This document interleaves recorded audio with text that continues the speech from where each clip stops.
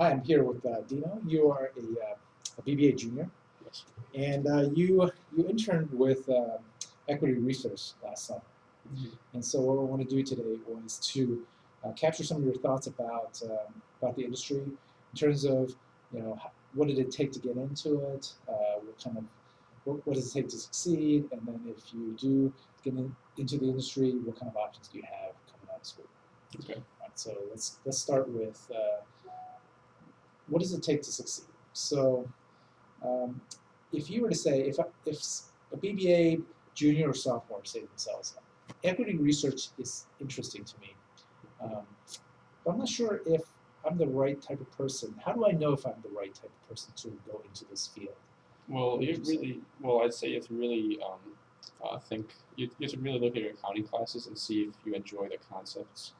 And you, I think, should actually visit Tazi Center on a regular basis. I'd say maybe 2 to 4 hours a week. Do your own equity research. There are a ton of materials to learn different valuation techniques. I know Kai's a great teacher. He's always willing to help students. Um, And really, the best thing to do is to embrace financial accounting, learn as much as you can, maybe even study on your own if you have time. But I'd say Tazi would pay the most dividends in terms of actual experience, actually looking at the different equity research reports that sell-side analysts give out and see if maybe you'd like to do that in the future. So I heard you say accounting, um, some foundation in accounting, and Yeah. usage of the Tazi Center. Um, how many hours a week would you say you spent? What was that like? What was that process like? Well, I think on average it was like 2 hours a week just Okay. in Tazi, just maybe on Friday. I only had one class on Friday, so I just go to Tazi sometime in the morning. In the beginning, it was difficult to understand what's going on, so I just asked Kai to help me out a little bit. And so I had some reading materials. He gave me some PDFs to look at different valuation techniques, and I just went from there. It's just getting in there and trying your best. Okay. So when you were doing your internship, Yeah. what do you notice about the type of people that work there in terms of because people are gonna they're gonna look at you and say, is this person one of us? Right. And what does one of us mean in terms of that industry? Well, one of us means first of all you have to have a very analytical mind. Everyone who I worked for essentially over the summer was either a CFA, that's a chartered financial analyst, or a CPA, certified public accountant.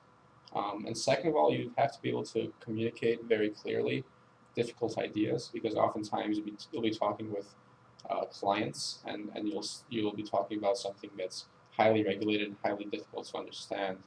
And you have to be able to talk succinctly about something that's very complicated. So to sum up, the first main important thing is to have an analytical mind, an appreciation for accounting, and second of all, to be able to speak and write clearly. Okay. So when you were let's talk about the interview process, the whole selection process, and so is the process was it a very social process where you had to go to a lot of dinners, or was it a very analytical process? What was that? Uh, How do they select students? What's your thoughts about what sure. how they do Well, it was more of an analytical process. it? Okay. I had a 30-minute phone interview where they just asked me basic accounting questions. Asked me, uh, so why are you interested in the markets? Why equity research? Um, and basically, if you follow all these steps and you go to Tazi, um, you'll have some evidence to back up your claims. Um, However, I did go to the place I worked for and had about a 4 hour interview, and half of it was fit, so half of it was just speaking with people, saying to talk about my extracurriculars in school, behavioral questions like what are three ways, what are the three words that your parents would describe you, what are three words your best friend would describe you, Yeah. and half of it was accounting. One question I got was, uh, what are the differences in the balance sheet of a software company and a manufacturing company? So you have to be able to be a little creative and be able to back up any claims you make. And you don't have to have the right answer. They know you're only 19, 20 years old. So as long as you're making sense, they'll usually be fine. So did you have to do a stock pitch? Yeah, yeah. I pitched on SourceFire. It's a company that's a software company. It deals with cybersecurity. It has like 30% of its revenues tied with the government, and basically it's at the core. Its product is at the core of the federal government's cybersecurity defense network. It's a small cap company. It's really small, so there's a huge opportunity for growth in it. Um, it always beats analyst estimates. So I talked about how its revenues were always higher than consensus, and essentially the structure of the organization.